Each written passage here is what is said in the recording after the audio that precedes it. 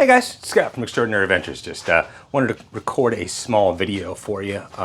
I've realized that oftentimes when I'm on board the MSC Meraviglia just recently, and then last month on the Celebrity Edge, and then in 35 days, so we're going to be on the Virgin Voyages Scarlet Lady. So look out for that. We'll go live on Facebook, and we'll post some videos here on YouTube, and of course we'll be on Instagram and Twitter and just everything. So just keep an eye out. With 35 days, we'll be on the Virgin Voyages Scarlet Lady.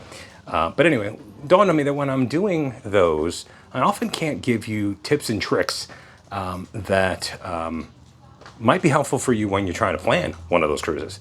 And maybe you in the moment you're like, oh well, I don't want to call Scott, I don't want to bother him, I don't want to email him. Well, maybe I can just teach you guys some things that will make it easier for you in the future. You don't have to always call me about everything. You're welcome to message me, call me, whatever, because I know sometimes you feel like it's a bother. It's never a bother, but I've heard that from clients before. Oh, it's a Sunday.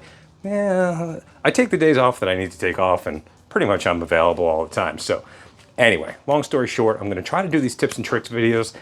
They're going to be sporadic. It's going to be once in a while. I don't know. There's not going to be any once a week or any of that, but I'm going to start off this very first one. It's something I did talk about actually on the MSC Meraviglia, and my wife said that was one of the better ways you've ever explained that. So I'm going to go ahead and call this one "How to Choose the Best Place on Board for Your Stateroom."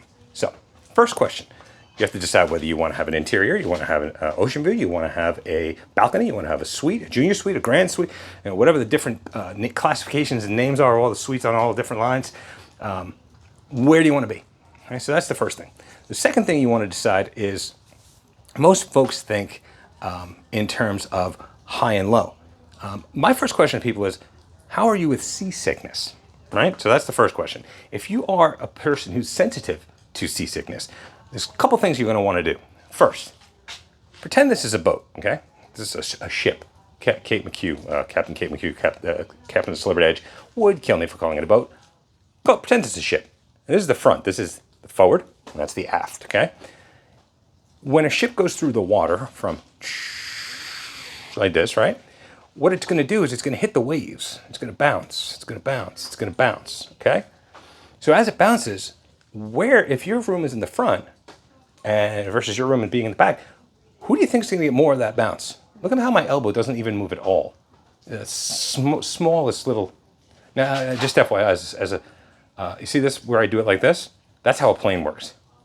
That's how you can think of it as a school bus. When you guys were kids and you sat in the back of the bus because you wanted to get the most bounce, the back of the bus, the back of the airplane works like that, but not a ship. A ship bounces more in the front.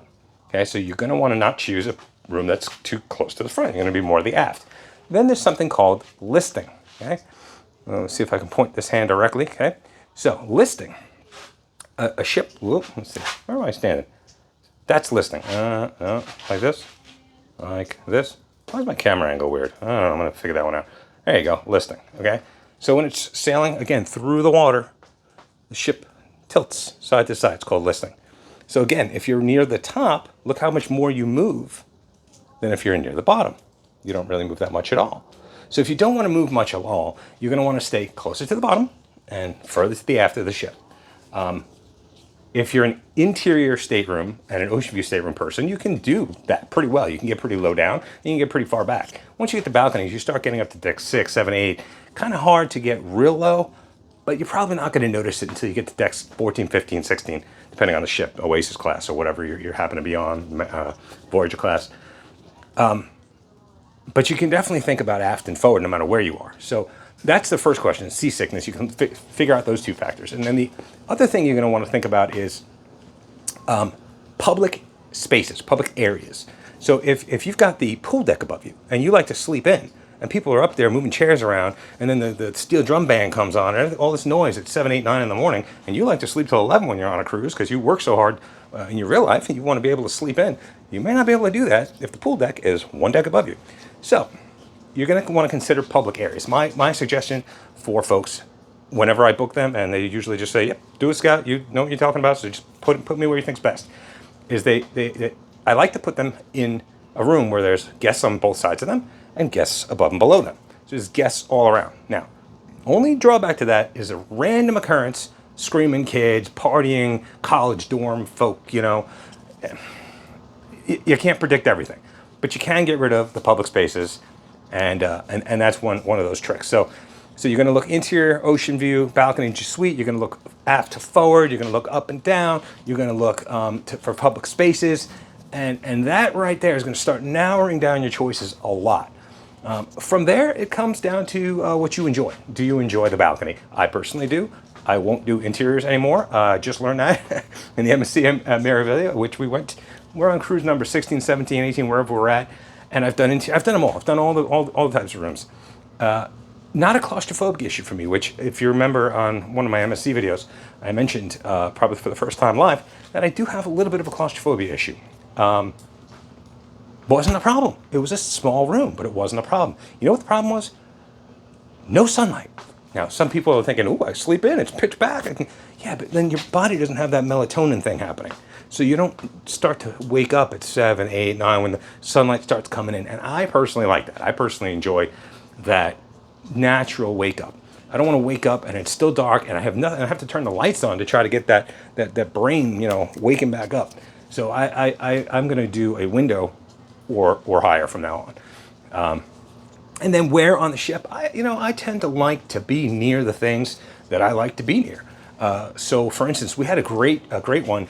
Believe it or not, it was a public space right above us, but it was on Mariner Seas. We had a solarium, one deck down. Didn't hear a peep, but one deck up, I'm in the solarium.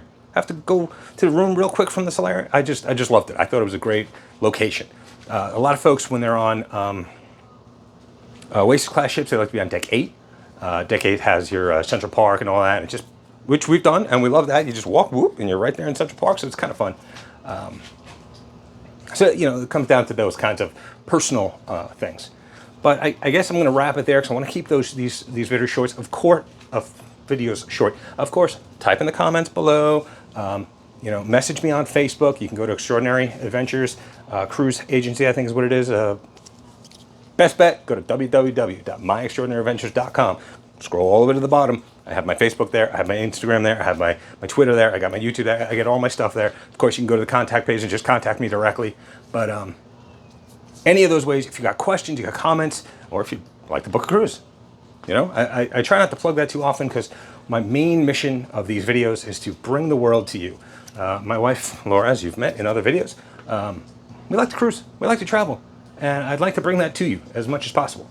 So if you book with me, awesome. If you don't, you get some great tips and tricks from these videos to be able to book for yourself.